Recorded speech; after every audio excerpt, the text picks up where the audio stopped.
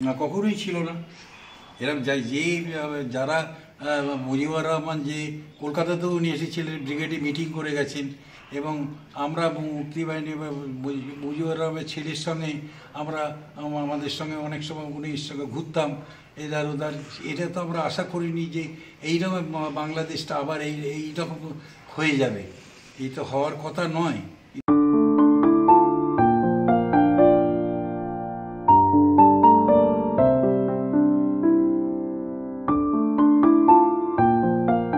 নামী ইংরেজি সংবাদপত্রের চিত্র সাংবাদিক ছিলেন। সেই সূত্রেই ৭১-এর মুক্তিযুদ্ধের সময় যেতে হয়েছিল তৎকালীন পূর্ব পাকিস্তানে। তিনি শ্যামল মৈত্র, অশীতিপর বৃদ্ধ।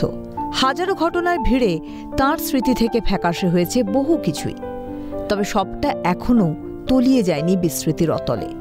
স্বচ্ছন্দে স্মরণ করতে পারেন মুক্তিযুদ্ধের সময়ের কথা, শোনালেন মুক্তিযোদ্ধা ও রাজাকারদের কথা।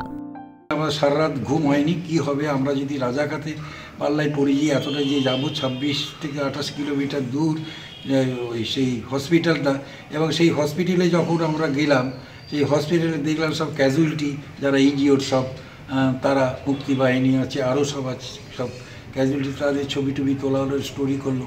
এবং আমাদের এত ভয় হচ্ছিল, কাছেই ক্যান্টনমেন্ট, ওটা একতলা ছিল বলে ক্যান্টনমেন্ট থেকে তখন ফায়ারিং হতো, ১০ পাউন্ড ১৬ পাউন্ডের ফায়ারিং করছে তারা, বা পাকিস্তান। দূরে দেখতে পাচ্ছি আমরা বাড়ি ফাড়ি বেড়ে গেছে, সেখানে বোধ হয় ২০ থেকে ২৫ মিনিট আমরা ছিলাম তার ভয়ে আমরা তিনজনই। এত ভয় হয়েছিল, যদি আমাদেরকে হয়তো যদি ধরে ফেলতে পারতো তাহলে তো আমরা শেষই হয়ে যেতাম তিনজন। যাই হোক, আমরা তাদের মুক্তিবাহিনী তাদের করে তারা এক একটা জায়গায় মুক্তিবাহিনী ছোট ছোট বন্দুক নিয়ে গার্ড দিচ্ছে। সময় বদলেছে। ৭১-এর পর কেটে গিয়েছে অর্ধ শতকেরও বেশি।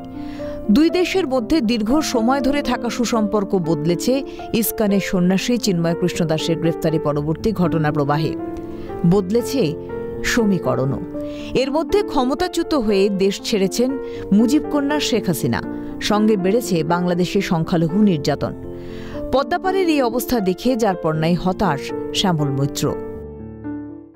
এটা তো ঠিক নয়। তখন যে বাংলাদেশ আমরা দেখেছিলাম, সেই বাংলাদেশ তো আমাদের মুক্তিবাহিনী আমাদের নিয়ে ভেতরে আমাদের সব জায়গায় নিয়ে যেতেন। যে সময় যুদ্ধের সময় আমরা যেতাম, ওনারা সব আমাদের কোন জায়গায় পয়েন্টে, যাতে আমরা কোনো রাজাকাতের হাতে না পড়ি, সেটা বুঝে শুনে আমরা সেই মুক্তিযোদ্ধাদের সঙ্গে যেতে পারতাম। এখন তো সেটা অন্যরকম পরিস্থিতি হয়েছে। এখনকার পরিস্থিতি সেই পরিস্থিতি তো তখন ছিল না।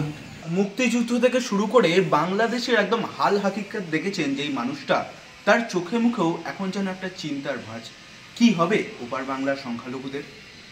শ্রীরামপুর থেকে প্রীতম সাধুকা, ক্যালকাটা।